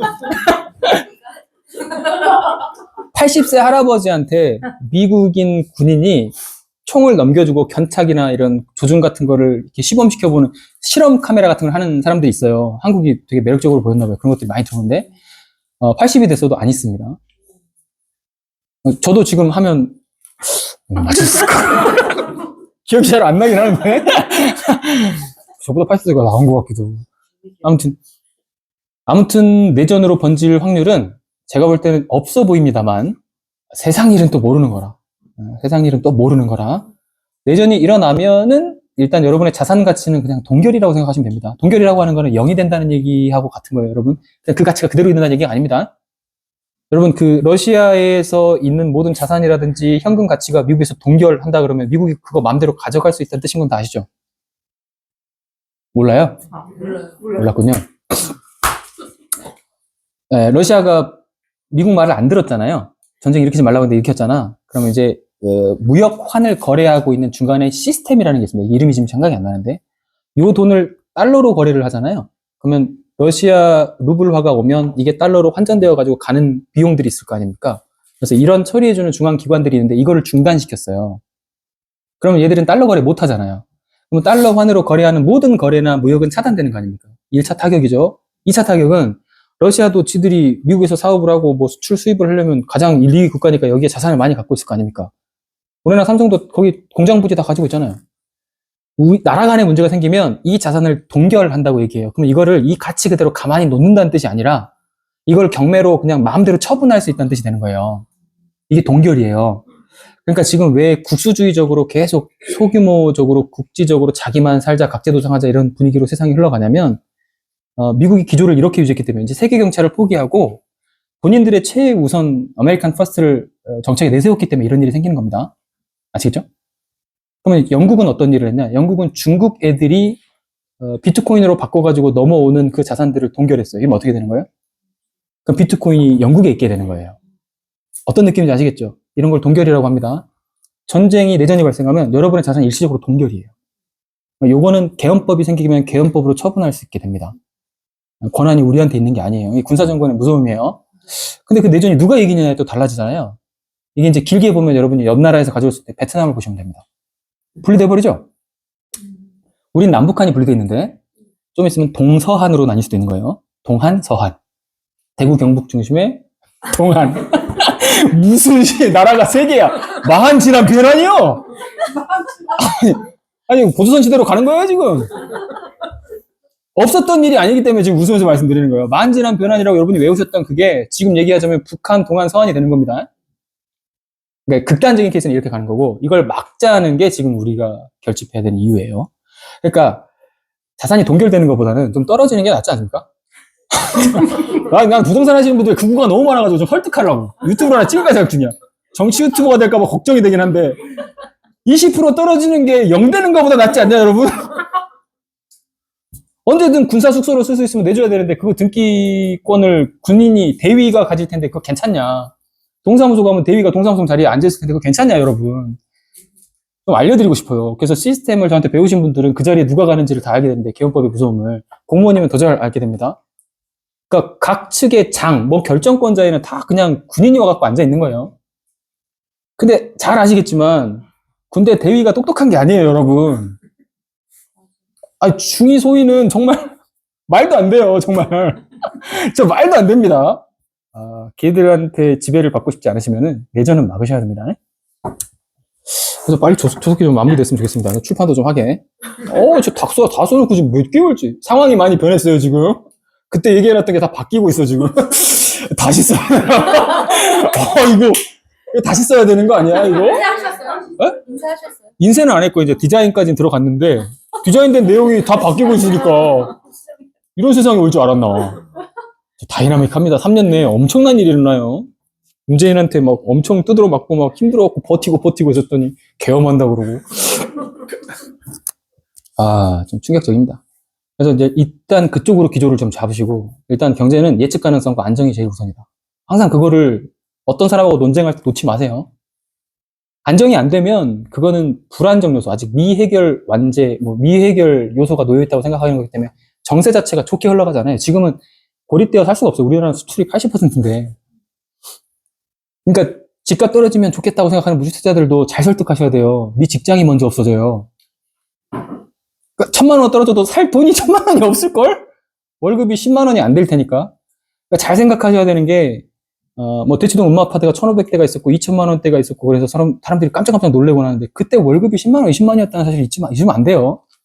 잠깐만. 공무원이나 대기업 연봉에서 월급 15만 원, 20만 원을 경험해봤다 손. 저 20만 원. 있었어. 92년도에 입사했는데 공복이 22만 5천 원이었어. 자, 이런 경험들 귀중한 경험입니다, 여러분. 한 번도 본 적이 없어요. 자, 우리는 시대와 세대를 넘어서 가치를 공유하고 있습니다. 그냥 집값 10배 오른 건 너무 당연한 일이잖아요. 저게 지금 20만 원 아니잖아. 4, 500만 원 될 텐데, 이제는. 20배 올라도 괜찮죠, 사실은. 맞죠? 더 많이 올라버려서 문제가 되긴 하지만 그만큼 신용 팽창이 점점 되고 있고 현금의 희소 가치는 낮아지고 있다는 생각을 하시면 됩니다. 그러니까 더 악화시키면 안 돼. 그래서 여러분 주변에는 분명히 극우들이 많을 거야. 내가 생각해서 부동산을 좋아하는 사람들은 극우적 경향이 강할 수밖에 없어요. 지키는 게 너무 강하기 때문에. 그런 수구적 태도를 조금 토론을 통해서 바꿔주시면 경찰들을 막는 행위, 쟤를 잡아 넣긴 해야 될 거 아닙니까? 그걸 좀 막을 수는 있지 않을까 그런 생각을 좀 해봅니다. 어디 가둬놔요. 걔가 제일 안전하지 않아요? 거기가 제일 안전하잖아. 누구도 죽일 수 없잖아, 걔를. 그런 생각이 좀 들어요, 저는. 그래서 이제 다음 순서로는 이제 여러분들의 얘기를 들을 텐데, 우리가 자주 들은 얘기는 광진이랑 강남 얘기는 뭐 많이 들었으니까, 패밀리타운 얘기. 교수님 지난번에 안 오셨습니까? 지난번 왔는데. 그때 다 얘기하셨나? 네. 난 기억이 안 나지? 얼마 서운하죠. 내가 다 알고 있어서 그런가 봐요. 그럼 우리 선홍님의 지주택 얘기 한번 들어볼까요? 지주택은 그냥 진행을 못하고, 아니, 그러니까 그때 계약하고, 그냥 스탑. 그대로 해. 계약금 받으셨어요? 아니요, 계약금 2월 말에 나오는 걸로. 계약금을 먼저 안 받았구나. 근데 안 하신대요? 그쪽에서? 아니요, 진행 중이에요, 모집 중. 그러면 그 땅은 사시기로 확정이 된 거예요? 계약은 했어요. 계약을 했는데 왜 계약금을 안 주지? 계약금을 2월 말에 주는 걸로. 이상한 계약인데. 이런 계약은 처음 봤네, 이거. 잠깐만, 야, 연기할게. 계약금을 2달 뒤에 주도록 하지. 계약 취소 뭐야? 아니, 배액배상도 안 되죠. 돈을 안 걸었으니까. 그러니까. 무효지, 무효. 그러니까 가계약 한 거나 마찬가지. 가계약금 받으신 거예요? 있을 거 아니에요. 아니요, 가계약금도 안 받았어요. 이야. 지주택은, 정말 지주택은 사기꾼들이 참 많아요. 계약의 기본도 안 지키네. 이거 민법적으로 문제가 됩니다. 계약서는 썼죠. 계약서를 쓴 이후에 30일 이내에는 입금을 해야 돼요. 계약 10%를. 법을 안 지키네요. 그거를 그럼 얘기를 해봐요. 네. 만약에 10% 돈이, 계약금은 받아야 되는 거구나. 그리고 10% 돈이 아니더라도, 가계약이어도 보통 5%나 3%는 입금합니다. 그러니까 그냥 5로 하시는 게 좋아. 재건축할 때도 그렇게 적용이 다 돼요? 모든 부동산 거래가 그렇게 돼요. 그래서 여러분 부동산 분양권 계약하실 때 한번 생각해요. 계약금 내놓고 나서, 아니, 계약서 쓰고 나서 계약금 안 내신 적이 있는지를 한번 머릿속에 떠올리시면 됩니다. 무조건 10%를 내게 하실 거고, 개인 간의 거래는 그렇게 막 서류를 꼼꼼하게 작성하지는 않으니까, 암묵적으로 가계약 때 뭐, 5% 아니어도 500 주고 300 주고 해서 그걸 잡아놓는다는 개념으로 가시는 거지. 선홍님은 이제 협상 지점이 하나 나오는 거죠. 그럼 시간을 잡아둔 개념을 지금 내가 다른 데 사용 처분 수익을 할 수 있는 거에 대한 거를 막아놓지 않았느냐. 이거에 대한 비용은 지불하셔야 되는 게 맞지 않냐고 가셔야죠. 왜냐면 계약은 11월 달에 했는데 4개월 뒤에 계약금을 내겠다고 하는 건 그 4개월의 비용이 없는 거잖아요. 또 착해서 그래요? 그렇게 계약을 했네. 무지해서. 계약서에 그렇게 썼어요? 네, 계약서에 계약금을 2월 28일 날 계약금 주고 잔금은 8월 말에 준다. 그렇게 썼어요? 네. 그럼 성립이에요. 성립이에요? 네, 써버렸잖아요, 거기다. 그러면 이제 그러면 만약에 2월 28일 날 계약금이 안 들어오면 어떻게 돼요? 안 들어오면, 그래서 가계약금이라도 거는 거예요. 그러니까 지금 가계약금에 대한, 파기가 되는 거예요, 그냥? 네. 가계약금에 대한 얘기를 하시는 게 좋을 것 근데 그 같아요. 단서 조항에 달았어요. 가입 폐기를 적에는 그 계약한 금액을 주기로 한다 이런. 아니, 그건 단서. 안 썼네, 또 계약 잘못했네요. 특약에다가 계약 폐기 시 10% 계약금은 배액으로 배상한다. 이게 보통 의무적으로 부동산 어디서 계약하셨어요? 부동산 말이 안 돼. 부동산하고 안 하고 개인 썼어요? 지주택하고 바로 했죠. 이 새끼가 다 뺐네, 다 뺐어. 이놈 새끼가 다 뺐어, 이거. 고백 안 해, 진짜. 정말. 아무 부담이 없는 거 속에서. 그 사람 이름하고 그 사람이 한 행적을 구글에 찾아보세요. 의미도 없는. 이제 그냥 신의만 지키는 일만 남았네. 와, 완전 이거는 봉익임선달이네. 4개월간 물건만 묶어놨네요. 그러니까 저희는 그러니까 월세가 나오니까 그거는 그 사람이 주는 게 아니니까. 그러면 그 월세가 나오게 하려면 네가 4개월간 유지하는 비용을 달라고 요구를 하셨어요. 통상적으로는 5%를 그럼 지금 말씀하실 수 있는 건 제가 이제 그 월세를 받고 있으니까 제가 그걸 활용을 하고 있으니까 이거를 크게 생각을 안 해요. 별건이죠. 수사도 별건으로 하잖아요. 민사도 별건으로 하셔야죠. 그러니까 나는 지금 이 임차인하고 내가 계약을 맺은 거지 이 사람하고의 계약은 전혀 다른 두 장의 계약서인데 그걸 하나로 합치신 거는 이제 통합적인 관점에서 이제 그러면 이거 대승적으로 앞으로 지나간 거는 이제 뭐 어차피 잘못한 거니까 그렇고 용어 2월 하나 28일 날. 용어 하나를 네. 지금 연락하셔서 네. 4개월 동안 내가 이걸 처분할 수 있는 권리를 막아두신 것에 대한 좀 반대급부가 필요할 것 같다. 명시된 사항으로는 계약금을 20월 28일에 지급한다고 했으니 가계약금으로 계약금이라고 지정한 10%의 10%라도 내시는 게 어떠시냐. 요거는 합리적일 것 같아요. 그 사람 입장에서는. 아니면 가계약금 쪽으로 500이라도 걸어두시든지요. 아니면 4개월간 묶은 비용에 대해서 지불을 하시는 건 어떠세요? 그리고 지금 계약서 당사자간에 이 문자로만도 성립입니다. 구두계약도 성립이라. 문자로 왔다 갔다 하실 때 계약서 상에는 지금 계약이 파기됐을 때에 대한 어떤 그 특약사항이 없는데 그 특약사항을 좀 설정을 해놓으시는 건 어떻습니까? 계약서를 좀 바꾸시죠? 라고 얘기하거나 아니면 지금 문자로도 효력이 있기 때문에 문자로 왔다 갔다 하시면서 여기다가 글로 남겨 보내주시죠? 또 괜찮을 것 같습니다. 원래 그 계약서에 있는 주요 내용을 문자로 양쪽에 보내준다고. 양쪽에서 그것도 인정이 되는 거거든요. 아, 문자로 주고받는 네. 그래서 저는 문서를 담지 않고 그냥 계속 거래해왔던 임차인하고는 그냥 문자로 하거든요. 그러니까 너무 대승적이셨어요. 이게 이제 다 이제 모르니까. 아니 신의적으로 해서 되면 되는데 만에 하나 이제 안전장치로 이렇게 하는 거지. 신의대로 간다고 봐야 되겠죠. 이게 예외적인 상황이 항상 발생하니까. 그럼 만약에 그렇게 얘기를 했을 때 그 사람이 그럼 계약 안 할래요. 그럼 파기죠. 그러니까. 파기죠. 어쩔 수 없죠, 지금. 그럼 파기가 되고. 내가 요구한 게 아니니까. 그러니까 아무것도 못 받고 그냥 파기죠. 파기가 네. 되고. 보상금 없죠. 근데 이제 이거는 이제 소송으로 가자면 민사로는 위자료 청구 소송할 수 있어요. 4개월 동안 처분을 하지 못하게 묶어놓은 거에 대한 정신적 피해 보상비를 위자료로 청구합니다. 근데 위자료의 금액은 2천 넘을 수가 없기 때문에 청구하면은 판사에 따라 다르겠지만은 기각할 수도 있지만 한 100, 200선에서 결정되지 않을까 싶네요. 그럼 소송 비용보다 더 적을 수도 있네. 그러니까 계약서를 잘 쓰라는 얘기가 나오는 거고 중간에 중개인을 두거나 제가 효수님 할 때도 그랬지만 저한테 계속 물어보고 해결을 셀프로 하시려고 하시길래 보험이라 생각하고 23억짜리 계약이니까 법무사를 하나 두시라. 그래서 발생하는 혹여 모를 0.1%의 어떤 이의나 이견 같은 게 생기면 그쪽에다 책임을 밀어버릴 수 있는 그게 라이센스라는 것이다. 그러니 지주택이 갖고 온 계약서를 덜컥이 갖고 사인을 하는 게 아니라 여기 중개사를 끼고 이 사람한테 그냥 대서 비용이라고 해서 계약을 해주는 게 아니라 그냥 서류를 대신 써준다고 해가지고 그 중간에서 안내해주는 역할만 하는 이거는 중개사한테 가고 법무사한테 가셨어도 15만 원 이내에 해결이 가능하셨을 것 같거든요. 그렇게 해서 그 문서를 그 앞에서 작성을 하셨으면 이 지주택도 여우 100마리가 들어있다 해도 그냥 일반 계약서를 이 사람이 분명히 가져올 테니 일반 계약서는 표준 계약서라는 게 있습니다. 표준 계약서는 이런 걸 다 담아놨어요. 그 안에. 그러니까 별도 이름, 서명, 사인만 하셔도 그 안에 내용이 다 들어있기 때문에 지주택이 다 빼고 쓰는 계약서를 작성할 수는 없죠. 그래서 여러분한테 표준 계약서의 중요성을 말씀드리는 거예요. 이런 것들이 정부에서 하는 일이에요. 여러분이 당할까봐 표준 계약서 안에 이걸 다 넣어놓는 거예요, 전부 다. 요즘엔 뭐까지 들어가냐면, 다주택자일 경우에 임대차 부기, 등기, 의무 이런 것도 들어가고요. 별게 다 들어가요.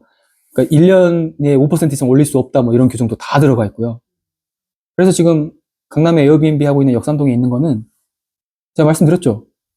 화장실 사용료, 뭐 세탁실 사용료 이런 걸로 월세에다 추가해가지고 따로 받는다고. 이거를 월세에다 붙이면 불법이잖아요. 5%밖에 못 올리는 임대사 합자니까. 뭔 느낌인지 아시겠어요? 그러니까 저런 표정. 근데 임대료가 가파르게 오르기 때문에 어쩔 수 없지. 그 사람은 10년 동안 가지고 있었기 때문에 재개발을 보고 들어갔는지 안 들어갔는지 잘 모르겠으나 그때는 50만 원 받던 월세가 지금은 120, 150이면 5%씩 올려가지고는 이 사람이 마진이 안 나온다 생각할 수 있을 거 아닙니까? 들어가는 사람은 그렇게 올린 비용이 그래도 주변에 있는 것보단 싸니까 30 절약된다고 하면 문구가 달라지더라도 거기에 합의되는 것들이 여러분이 생각하는 규칙대로 가지 않는 합의에 의한 민사인 것이죠, 민사. 그러니까 여러분이 저하고 어떤 남들이 볼 땐 말도 안 되는 계약을 했어요.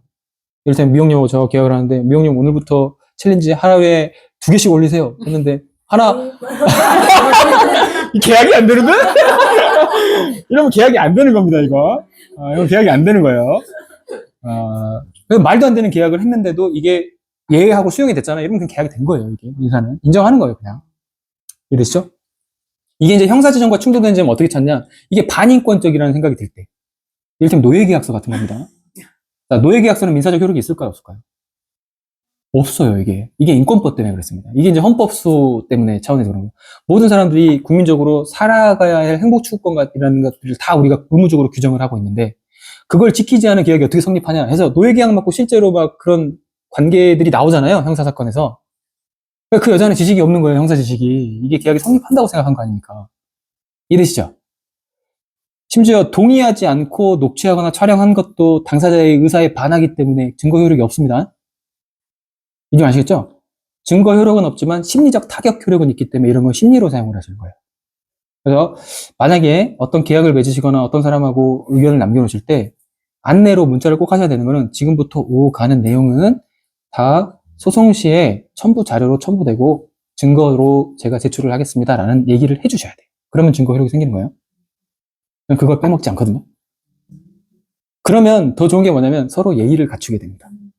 저분도 막말이 안 나와요. 큰일 나지. 막말했다가 제출해버리는데 그거. 그리고 통화로 하시거나 녹음으로 나이가 많아서 통화로 하신 분들은 그 통화 내역 중에서 요즘에 너무 좋아요. 어플들이. TXT로 변형을 해주는데 녹음 파일이 그냥 한글로 다 바뀌어요. 예전에는 많이 고쳐야 되는데 이제 맞춰도 고칠 필요도 거의 없습니다. 발음 세는 사람만 아니면. 그래서 그거를 그대로 A4지에 출력해서 증거 자료로 내시면 돼요.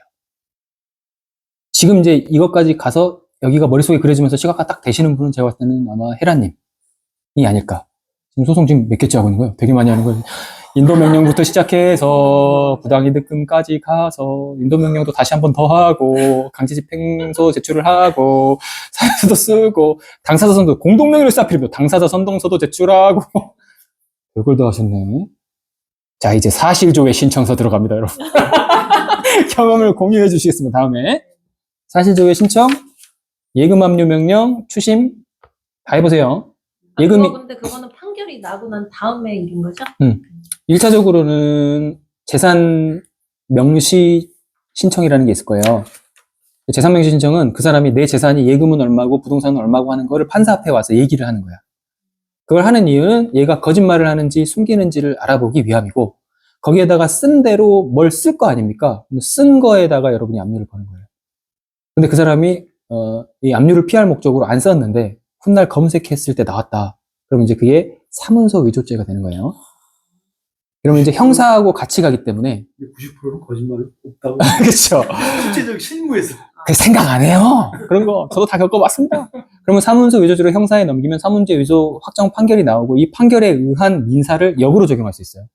형사 판결문을 민사 첨부 자료로 첨부하면 이거는 이 사람의 이견이 없이 변론하지 않아요. 변론길이 안 잡히고 확정됩니다. 이해되시죠?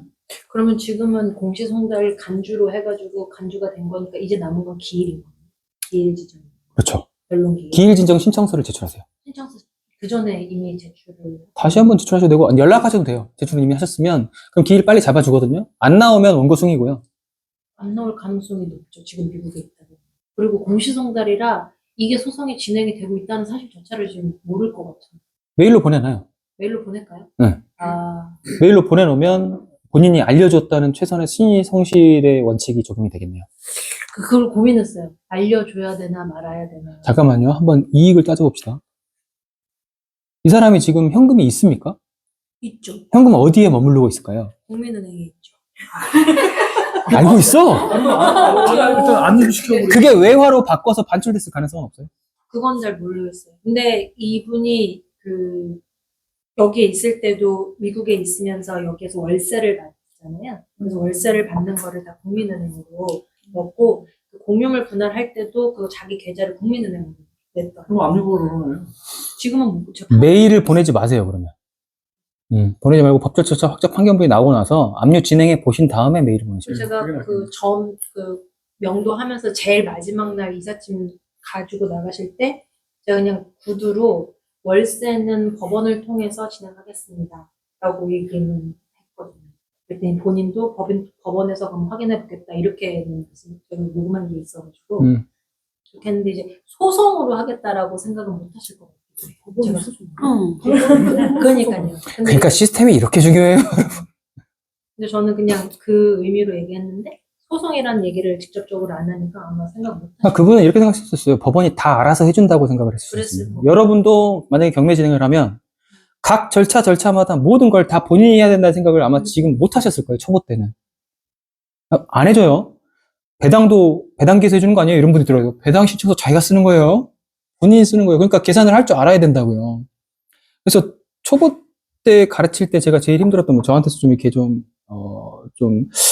좀 불편해했던 분들이 어떤 분들이냐면, 이 사법 시스템이 이렇게 돼 있으면 얘들이 그냥 어떤 신청 절차를 했으면 다 공무원들이 알아서 해줘야 되는 거 아니냐는 생각을 탑재를 기본적으로 하고 계시더라고요. 저는 이런 분들이 주민센터 가지고 공무원한테 시장 나오라고 할 것 같아요. 시장만 나오면 다 되나 보지. 안 됩니다. 예. 그래서 저는 그런 분들이 안 되셨으면 좋겠어요. 그래서 제가 기초 강의에다가 자꾸 이런 걸 넣는 이유가 뭐냐면, 부동산하고 상관없는 걸 왜 자꾸 하냐면, 그러니까 그게 그렇다라고 생각을 하고 머릿속에 아예 인지를 하고 있으면 향후 진행되는 절차 내에서 계속 피곤함을 느껴요. 자기가 본인이 다 계속 해야 된다. 그러면 이거는 오래 못해요. 제가 부부님 보고 너무 대단했던 건 뭐냐면, 저 정도 되면 지금 처음 해보시는 거잖아요. 다시는 하기 싫어져야 정상이에요, 원래는. 다시 하고 싶다는 의지가 절대 안 생겨요. 이거는 제가 겪어봤기 때문에 아는 겁니다. 중간쯤 가면 진짜 포기도 하고 싶고요. 인간에 대한 환멸도 느껴요. 사람이 이럴 수가 있나라는 생각. 사람은 그럴 수 있어요, 근데. 우리는 보고 있잖아요. 대통령이 어떻게 하는지를. 상상을 초월하잖아, 진짜. 사람은 사람이니까 그럴 수 있다. 그리고 여러분이 영화로 시각화되어 보는 모든 것보다 더 심각하게 일어나요, 거의, 실제는. 그러니까 여러분이 형사사건에서 보시는 것들을 많이 다루시는 분들은 트라우마가 되게 많이 된다고 합니다. 잊혀지지 않는 거죠, 그 장면들이. 그래서 그런 쪽으로 일을 하시는 분들을 좀 자주 만나시면 심리치료를 권장해 보시는 것도 되게 좋아요. 본인이 그런 경험이 있다면 그 치료하고 넘어가셔야 됩니다. 그걸 합리화 기제를 통해서 치료하지 않고 넘어가면 향후 계속 문제 생겨요.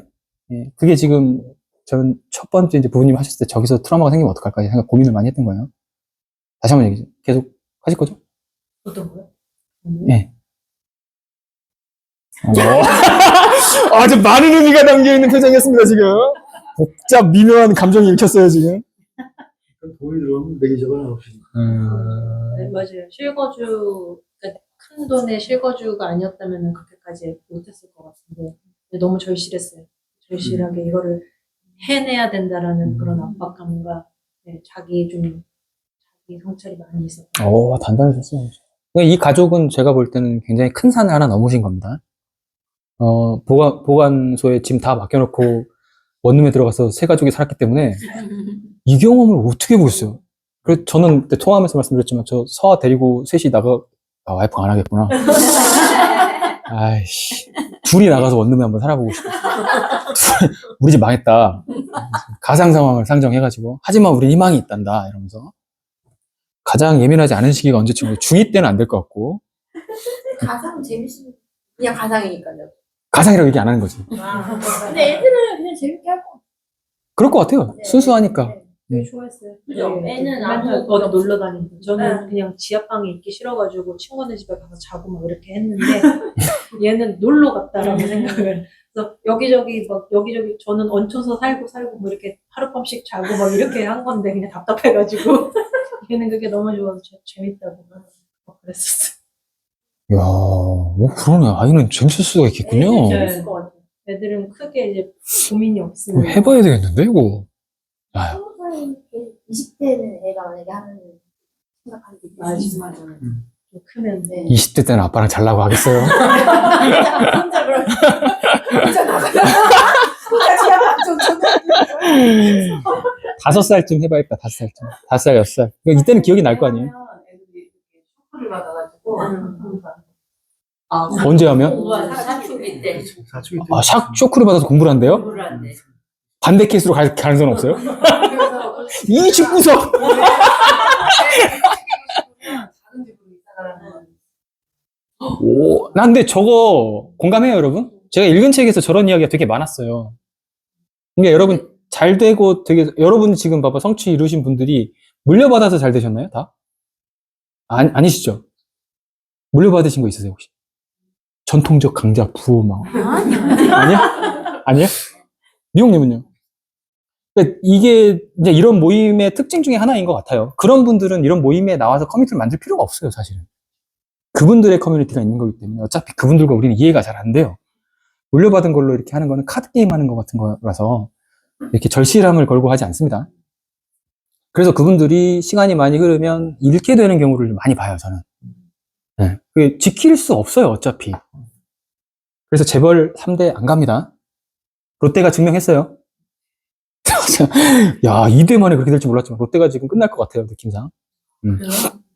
심각하더라고요. 네. 일본하고 한국을 같이 했기 때문에 지금 여러 가지 너무 명확하지 않은 것들도 너무 많고, 뭐 어떻게 처리할 거예요? 걔들은 일본이 편한데. 우리나라 기업 아니에요. 회장은 우리나라 사람이지만 자식들을 다 일본에 키웠기 때문에 한국말 잘 못합니다, 걔들 다. 근데 그 문화로 갖고 와서 한국 기업을 어떻게 장악할 수가 있겠어요? 그러니까 어려운 일이고, 그다음에 신세계에도 막 그 전대에 살려놨던 거를 지금 많이 해드시고 계시잖아요, 그죠? 하는 것마다 마이너스에 손이셔가지고 나중에 어떻게 부활하실지는 잘 모르겠으나 요 깨달음이 있으셔야 될 것 같다는 얘기예요, 제 생각엔. 그래서 여러분은 어쩔 수 없이 뭐 혹시 부모님 덕을 좀 보신 분 혹시 계십니까? 여기서 얘기를 못 하겠나? 얘기하면 이상하게 되는 건가 또? 평탄하게는 자기가 생각했을 때 자기 인생이 되게 평탄하게 살아온 것 같다, 손. 아, 있으시구나. 그러면 이분들의 표지가 중산층입니다. 근데 이런 것들이 이제 사라지게 된다는 얘기가 되는 거예요, 이제. 그래서 시기가 흐르면 흐를수록 약간은 관계에 있어서도 좀 배려를 하시면 조심해야 할 부분이 이런 부분이에요. 극단적인 이야기들이 오가는 대화나 모임들이 많아질 수 있으니까 혹여나 거기서 자기가 할 역할들을 좀 생각해 보시면서 올라가시면 좋습니다. 그게 사랑받는 방법이죠, 뭐. 그죠? 관계적인 게 건강해야 노후가 편안한 건 알고 계시죠? 그래서 남자하고 여자를 비교했을 때 이런 학문적으로 이런 걸 연구하는 사람이 당연히 너무 놀라웠는데, 행복의 조건이라는 책입니다. 지금 저 안에 있는데 9대 1 정도의 비중으로 여자가 더 관계가 건강해요. 너무 놀랐어요, 저는. 그 정도일 거라고 생각 못했어요.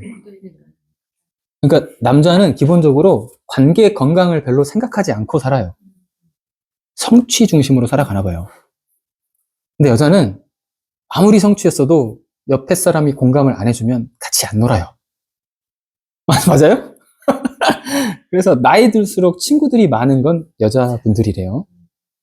그래서 설문조사를 한국에서 한 적이 있는 것도 살짝 응용을 해보면 여행을 누구랑 가고 싶냐라는 질문에 대답하는 거예요. 남자들은 다 누구라고 대답했을까요? 그런데 너무나 동상이몽인 게 저 표정 봐! 동상이몽! 여자들이 다 친구들이 가가지고 여자분들은 다 친구랑 가고 싶다고 말씀하셨대요. 그리고 여자분들 중에 어린 분들, 그 여자분들의 따님들 있을 거 아니에요? 따님들한테 물어보면 다 엄마랑 가고 싶다고 얘기한대요. 그 아드님 분들한테 물어보면 다 자기 혼자 가거나 자기 친구랑 가고 싶다고 얘기하고. 가족은 없어. 그래서 구글에서 검색량을 가지고 연구하는 그 말총머리신 분 있잖아요. 이분의 얘기도 상당히 굉장히 좀 독특했는데, 한국 가정의 비중에서 아빠, 아버지라는 개념이 등장하는 단어가 구글 검색량에서는 비중이 없대요. 그러니까 없음, 유의미하지 않음으로 나오는 게 3% 미만이거든요. 검색량이 3% 미만인 겁니다. 가정에서는 엄마가 왔다. 엄마의 비중이 68% 정도 되더라고요. 그래서 제가 아마 강의에 녹여낸 게 아파트 보는 것도 여자분들한테 맡기라고 하는 게 맞을 겁니다. 엔간하면. 여성분들이 보시는 게가 대장이 돼요, 다. 그럴 이유가 다 있어요. 역으로 추론할 뿐이지 우리는 알 수 없어, 그들의 감정을. 와, 유모차 방지턱을 보는 걸 보고 이건 생각할 것인가? 아이가 이 정도의 충격이 싫은 거잖아요. 그렇구나. 나는 좀 충격을 받아야 된다고 생각하는 편이라서. 얘 이해관계가 일치가 안 되는 거야. 나는 동네를 정할 테니 너는 아파트를 사라. 뭐 이렇게 이제 되는 거예요. 되게 현명한 겁니다. 그러니까 지금 방식이 어떻게 되셨든지 간에 이제 제가 설정한 방향대로 따라오시고 해주신 분들이 지금 너무 많으세요. 너무 잘해주셨고, 가지고 있는 수중의 현금 내에서 최대한의 자원으로 먼저 한 개를 만드신 다음에 두 번째 것을 가지고 계속 돌리는 겁니다.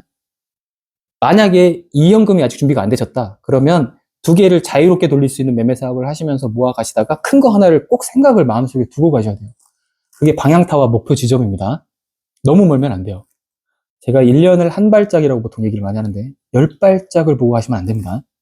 10발짝 보고 하시는 투자는 한 개 생기고 미용님을 하셔야 돼요.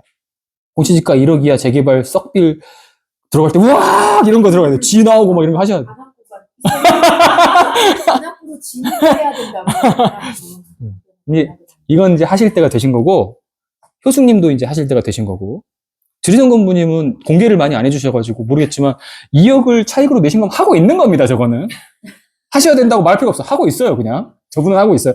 그래서 저분이 이제 너무 내성적이시기 때문에 이렇게 은밀하게 친해지시면 살짝 물어보세요. 옆구리를 찔러 이렇게. 야, 말해봐. 말해봐. 터놔. 빨리 터놔. 공개적인 자리에서 얘기 안 하시는 힘숨찐들이 꽤 많이 있습니다. 성윤님도 드러나지 않지만 제가 볼 때는 엄청난 강한 포스를 가지고 있어요, 지금. 왜냐면은 뭔가 격동을 치고 있어요, 지금. 남편이 돈만 좀 주면은, 남편이 계좌를 안 까고 있어가지고 걱정. 왜 계좌를 안 보여주는지. 그래서 부동산 소유 현황 떼는 방법을 알려드렸어요. 다음에 공인인증서를 가지고 올 수 있으면 그 카피로 모든 걸 검색하실 거예요. USB에 갖고 오더라고. 잘때 훔쳐요. 잘때. USB. 남편도 굉장히 철저한 성격이네요.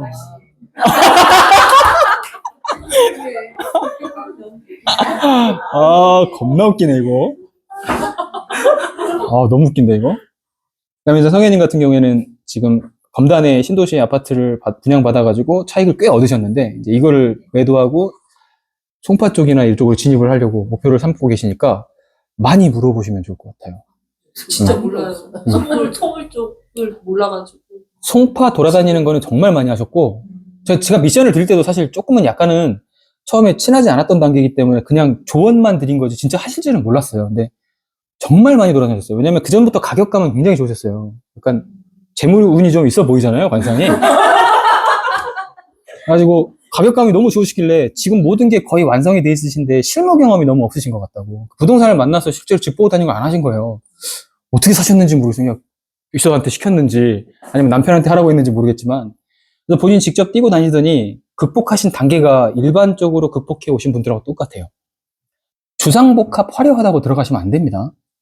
주상복합 네. 주상복합은 대단지가 아니잖아요. 그러니까 자기의 귀중한 전 재산을 거기다 모시면 안 돼요. 아무리 한강이 보이고 좋아 보여도. 그러니까 주상복합이라는 개념은 상가를 위주로 상업지역이 형성된 거기 때문에 이미 끌어올 수 있는 최대 용적률을 다 끌어다 썼어요. 2천까지 할 수 있으면 2천까지 쓴 겁니다. 롯데월트몰이 그런 거예요. 다만 이제 허가의 문제도 막 있기 때문에 조금 낮춰가지고 보통은 다 30층 넘을 겁니다. 아파트 건축비는 어떻게 책정이 되냐면 38층 기준이 넘어가게 되면 건축비가 한 층 올라갈 때마다 뭐 이렇게 비율대로 이렇게 증가하는 게 아니에요.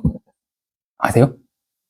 그러니까 1층에서 2층 올릴 때, 3층 올릴 때 드는 비용이 막 1억이라고 쳐볼게요. 가정 한번 해보는 겁니다. 그럼 35층 이상을 올릴 때는 얼마가 되냐면 이 1억 단위가 아니라 1억에 곱하기 4배 정도가 들어요. 한 층 올 때 4억이 들어. 왜 4배가 들어가냐면 잘 한번 생각해봐요. 콘크리트를 어디서 빨아 올릴 거예요? 세상에 그런 모터가 있는지 한번 생각해보세요. 없죠? 그거 어떻게 올려요? 진짜 궁금하죠? 나는 롯데월드 타워에서 이런 생각했어요. 다른 사람들은 막 다 이상한 생각할 때 저기는 콘크리트가 없나? 그거를 몰딩 반죽을 해갖고 당연히 레미콘에서 쏟아서 올렸을 텐데 저걸 어떻게 해서 저기다 올렸을까? 미사일로 쐈을까? 막 그런 생각을 했단 말이에요. 공법을 찾아보니까 중간 단계에 기점을 두고 모터로 해서 쌓아서 올리고 하는 겁니다. 장비가 4배가 드는다는 게 그런 거예요. 왜 비용이 4배냐? 장비를 4개를 써야 되는 거예요. 올리는데 유압이 한정되어 있을 거 아닙니까? 그리고 그것도 인건비도 더 많이 들 거고 고층 작업을 하면 위험수당이 또 추가됩니다. 왜냐면 저기서도 7명 정도 떨어져서 죽었어요. 우리가 지금 보도를 안 봐서 그렇지. 제정신에 할 수 없잖아요. 여러분 대기권 바깥에서 일하는 거예요. 기류가 너무 세고 이게 안전규칙을 좀 잘 지켜야 되는데 그걸 잘 묶어놓고 해야 된다고 합니다. 근데 겁이 나고 무서우니까 그 사람들이 이제 몸도 춥고 하니까 술도 좀 마시고 그렇게 하나 봐요. 그럼 이제 줄 높고 약간 위험하고 그럼 떨어지는 거예요, 그냥. 떨어지면 그건 살 가능성은 아예 없잖아요, 그냥. 그건 뭐. 그래서 저런 높은 빌딩 올라갈 때는 안전을 더욱더 조심했어야 되는데 저거 논란이 너무 많았죠. 석촌호수의 물의 지반이 너무 약하다는 것도 있었고 지하철 연결될 때 실제로 물이 새기도 했었고 그리고 사람도 많이 죽었고 콘크리트를 빨아 올리는 공법에 있어서도 한계가 좀 있었습니다. 그렇기 때문에 너무 고층으로 올라가 있는 주상복합은 피하자가 답이에요. 그래서 트리마진 물어보신 분들이 되게 많아요. 트리마진은 왜 이렇게 많이 오른 거냐? 이건 주상복합 아니죠. 상가가 1, 2, 3, 4층이 안 깔려 있습니다. 거기는 상가 중심으로 개발한 게 아니라 일반 주거단지에 개발한 아파트예요. 다만 왜 대단지가 돼버렸냐면 너무 높게 지어서 대단지가 되긴 했어요. 동이 4개밖에 없긴 하지만 면적에 따라 용적률은 굉장히 높게 올라간 거죠. 근데 이제 거기에는 실사용하는 사람들의 만족 가치가 더해진 거예요. 약간 무슨, 뭐라고 하자면, 가격으로 지입장벽을 쳤다라고 하는 표현 아시나요? 그러니까, 애초에 분양받은 사람들 자체가 미분양이었어요. 그래서 돈 많으신 분들이 분양을 했어요. 애초에 분양가가 너무 높게 나와서, 그 당시 시세 기준으로 한 10억 가까이 넘게 나와버렸기 때문에, 그걸 낼 수 있는 사람은 그 당시엔 굉장히 부자였어요. 그걸 현금으로 들고 있었던 사람은. 그래서 연예인들이나 이런 정재계 인사들이 많이 거기 물건을 하게 됐고, 거기에 그런 사람들의 네트워크가 형성이 되면서 좀 유명세를 타기 시작하다가, 입지가치 분석을 하는 부동산들은 먼저 선행 지표로 예측을 하는 게 아니라 후행 지표로 해석을 하는 겁니다. 그래서 여러분 전문가를 너무 신뢰하지 말라고 제가 계속 얘기 드리는 거예요. 그러니까 누군가의 말이 그럴듯해 보일 때는 그 시기에 맞는 해석 결과인 거예요. 뭐 이진우 맞아요? 이상우가 굉장히 좋아 보였다가 이 사람 말이 조금 아닌 것 같으면 김현철이 굉장히 맞게 느껴져요. 그러니까 김현철 아주 좀 말도 안 되는 소리를 하는 것 같으면 다시 이상우가 굉장히 말이 그럴듯해 보여요. 여러분 심리에 따라 움직인 것일 뿐입니다. 현상은 그대로 있었어요. 그렇죠? 트리마즈 얘기로 돌아와서 사는 사람들이 해석할 때는 어떻게 하냐면 옆에 서울시 붙죠.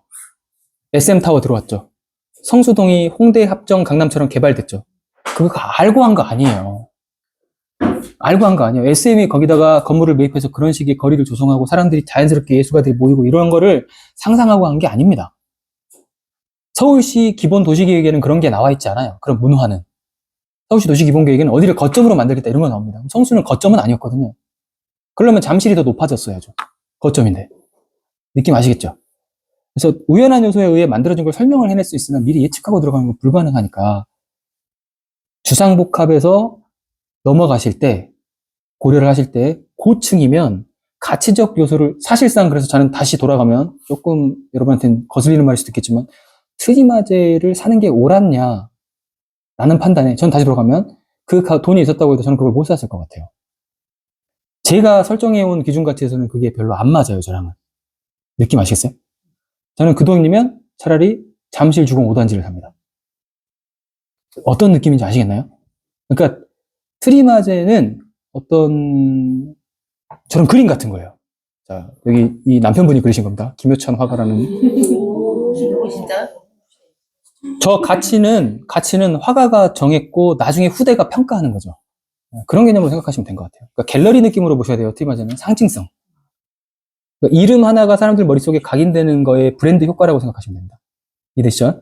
그래서 거기는 약간 제외를 하고 보셔야 돼요. 그래서 여러분이 이제 많이 분석하시는 건 이제 어디에 의뢰를 많이 하시면 좋겠냐면, 효수님도 송파 전문가시지만, 강남 쪽은 끝내줘요. 뭐 미용님 보면서 내가 깜짝 놀라니까. 본인은 자꾸 자기를 이렇게 칵칵 하시지만, 본인도 이제 알아요. 본인은 스스로 믿기 시작했어요. 8번이나 내가 하루도 안 빠지고 했거든, 지금. 여행 가서도 했거든, 지금. 그래요? 죄송합니다. 여행을 안 가셨대요. 안 가실 것까지는 없는데.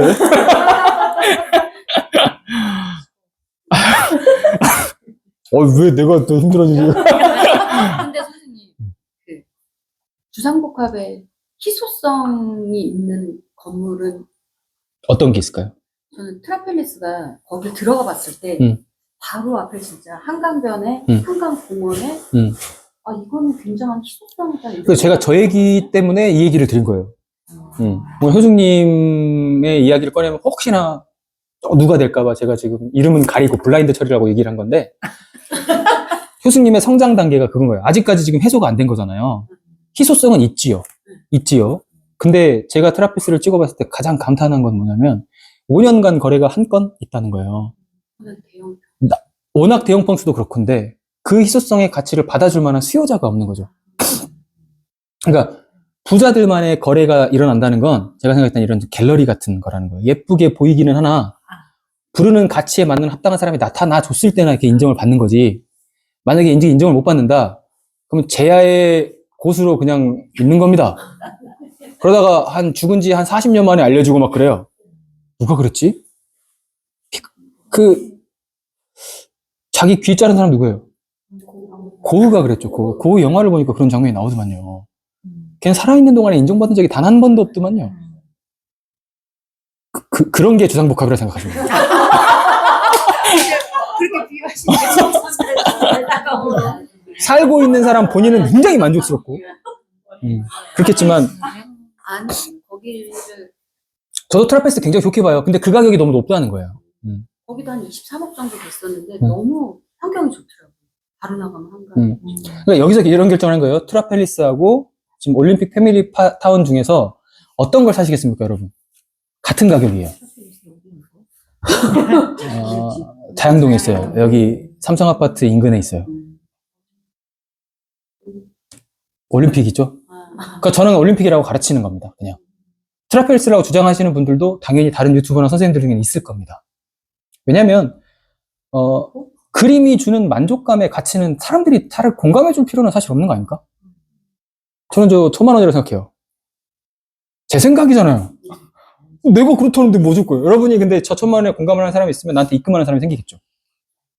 근데 그 시기가 너무 길어. 그러니까 주상복합 트라펠리스는 5년간에 한 번 거래 이런 것도 있지만 향후도 거래가 더 안 될 가능성이 높아 보였습니다. 저에게는. 왜냐하면 지금은 신축급에 가깝다고 생각하지만 10년 뒤에도 신축이 아니잖아요. 이게 힘들어지기 시작할 거니까. 그리고 한 개만 덩그러니 서 있는 것도 그렇고. 근데 이제 얘는 바뀔 가능성도 높고 입지 자체도 그렇고 사람들이 살기 좋아하는 지역임에도 불구하고 상권으로 바글바글 하지도 않고 양극화된다 그랬잖아요. 양극화된 주거지의 가장 1번째 조건, 첫 번째 조건은 생활 주거적 편의성이에요. 이게 뭐냐면 조용히 해야 돼요.